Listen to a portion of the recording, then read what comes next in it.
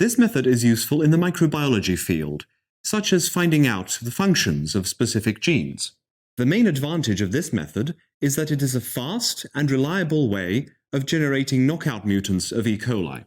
Demonstrating this procedure will be Thomas Trunk, a grad student from my laboratory.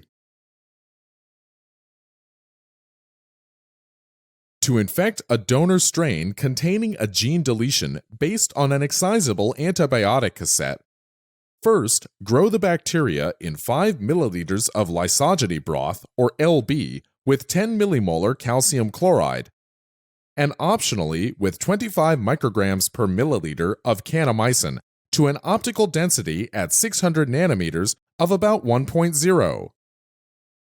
Make a dilution series of an existing P1 phage stock in the LB medium, and mix 200 microliters of the bacterial suspension with 100 microliters each phage dilution in individual 15 milliliter centrifuge tubes. Incubate the tubes statically for 20 minutes at 37 degrees Celsius. At the end of the incubation, add approximately 3 milliliters of molten top agar supplemented with 10 millimolar calcium chloride to the tubes. Mix the contents by vortexing and pour the mixtures onto pre-warmed LB plates to make even layers. Then, incubate the plates overnight at 37 degrees Celsius. The next morning, select a plate with a semi-confluent growth of phage plaques